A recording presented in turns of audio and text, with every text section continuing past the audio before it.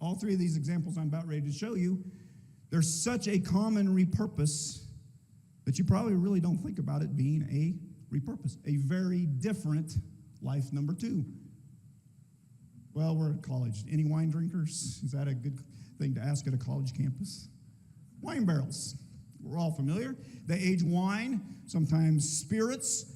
A lot of the craft brewers will take a once-used wine barrel and age a craft beer in them, but usually they're used no more than 2 times in life number one. Very specialized, the oak, staves, but they can use 2 times. What happens to them?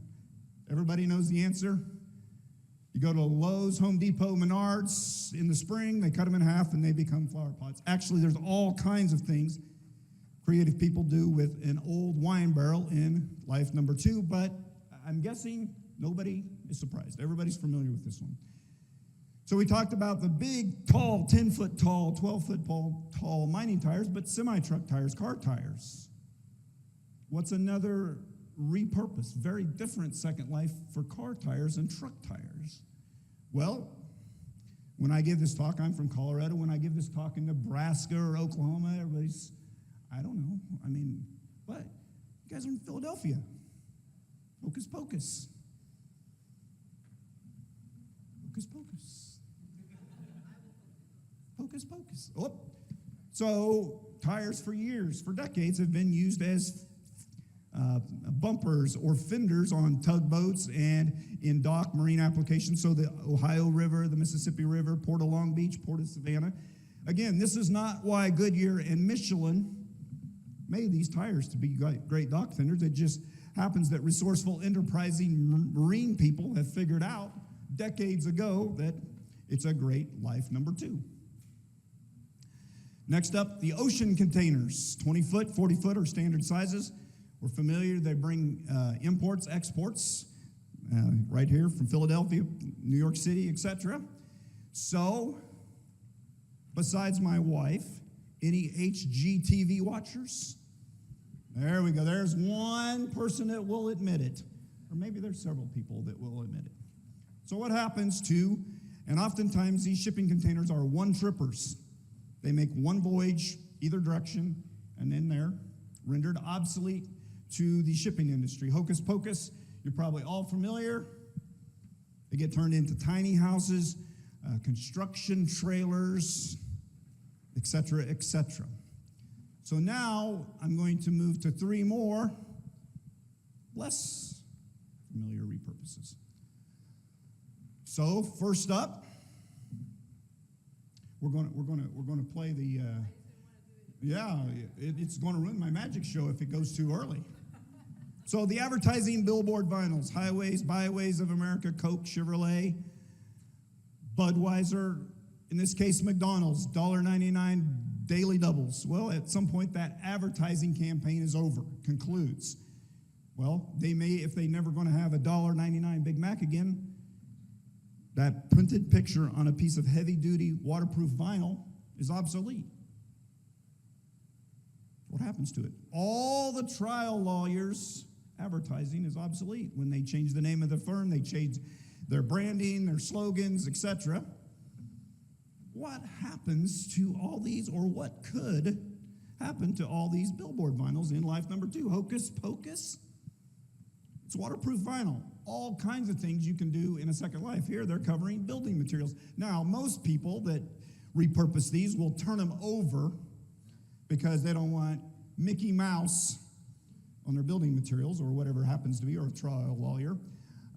But hay tarps, all kinds of things. Some people will go inverted with them as pond liners. And if you want to be the all-American parent or grandparent, you ask for one that's white on the backside. That's the minority, but some are white. Why do you ask for a white one? Well, in the daytime, you put it on a hill, put a garden hose, and you got a slip and slide for your kids.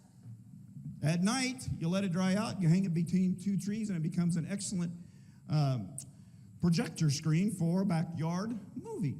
Get the popcorn out. So, very fun life number 2s for old billboard vinyls. Next up, aluminum bleachers. All of us have sat on these at softball games, football games, etc.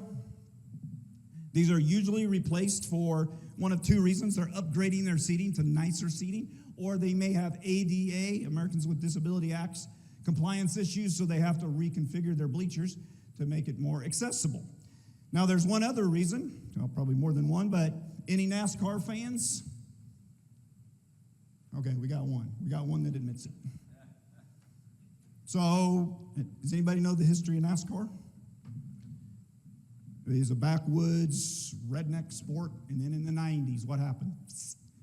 It just, everybody started watching NASCAR. All the racetracks started expanding. Man, they couldn't sell enough tickets, so we got to build bigger grandstands. Well, unfortunately, what happened to NASCAR about 10 years later? You know, it was a novelty act for 5-10 years. So what was happening is they weren't selling the stands out anymore, so it was very bad from a marketing standpoint. So when they would pan, CBS, Fox would pan, the stands would be half full. I mean, that's a really bad marketing look. So resourceful marketing people said, well, let's tear down a bunch of stands. So if they're half full, we're at least going to tear out half the stands, and then the stands look full. So when they pay in the race, the stands look full. So there's another reason, marketing, that these bleachers come down. Reduce, reuse, recycle. What happens to most of these? They get in the big excavators, track hose, they scrape them out, they bend them, they twist them, they go into a big dumpster, and they get sent off to be melted down and made into a soda can. That would be recycling. But we're thinking about reuse. Let's keep them as a bleacher. Hocus Pocus. This is a very enterprising interior designer who used it as wall cladding. This happens to be a sports office at a university. How fitting is that? Any boat owners? Excellent tread on a boat dock. It's aluminum. It's not going to rust, ever. Probably, maybe in Pennsylvania. Certainly in Colorado, where we're from. Great treads for snowmobile trailers. Because you think about it, you get done snowmobiling, all that snow and ice built up on your machine. As you get to warmer weather, put it in the garage, it's all going to melt. I mean, you got a big water problem, so why not have aluminum decking on there that's not going to rust or disintegrate over time? Any veterans? A veteranless audience. These are the big, massive DoD, Department of Defense, Army parachutes. Notice these are not the ones that are the soldiers. You can see they're dropping pallets of rations. They might be dropping Humvees. They might be dropping tanks. These are giant parachutes. 30 foot, 60 foot, 100 foot in diameter. That's 30 yards. That's a third of a football field wide. Okay, guys, we dropped a Jeep today, but I'm starting to see that parachute fray a little bit. Do you think we could get one more usage out of that parachute? We're dropping a $10 million piece of equipment. No. They retire them. They take them out of service. What could you do with an old parachute, big jumbo parachute, in life number 2? Hocus Pocus. This happens to be a Shakespeare theater in Wisconsin. Make a great shade canopy to protect the actors and the audience from the sun. Interestingly, any guesses as to the number one buyer of a used military parachute? I think the song is Here Comes the Bride. Oh, she said it? I don't think anybody has ever got it right. Number one buyer are brides for backyard weddings. They'll put these up as a shade canopy, run Christmas lights up in it, have fun with it. So shade canopy at a backyard wedding. Probably number 2 is high schools for proms. So if they're having it in their gymnasium, that's kind of a boring, so they'll put these, drape them up, and have kind of a fun canopy over their high school proms. Thank you for your time.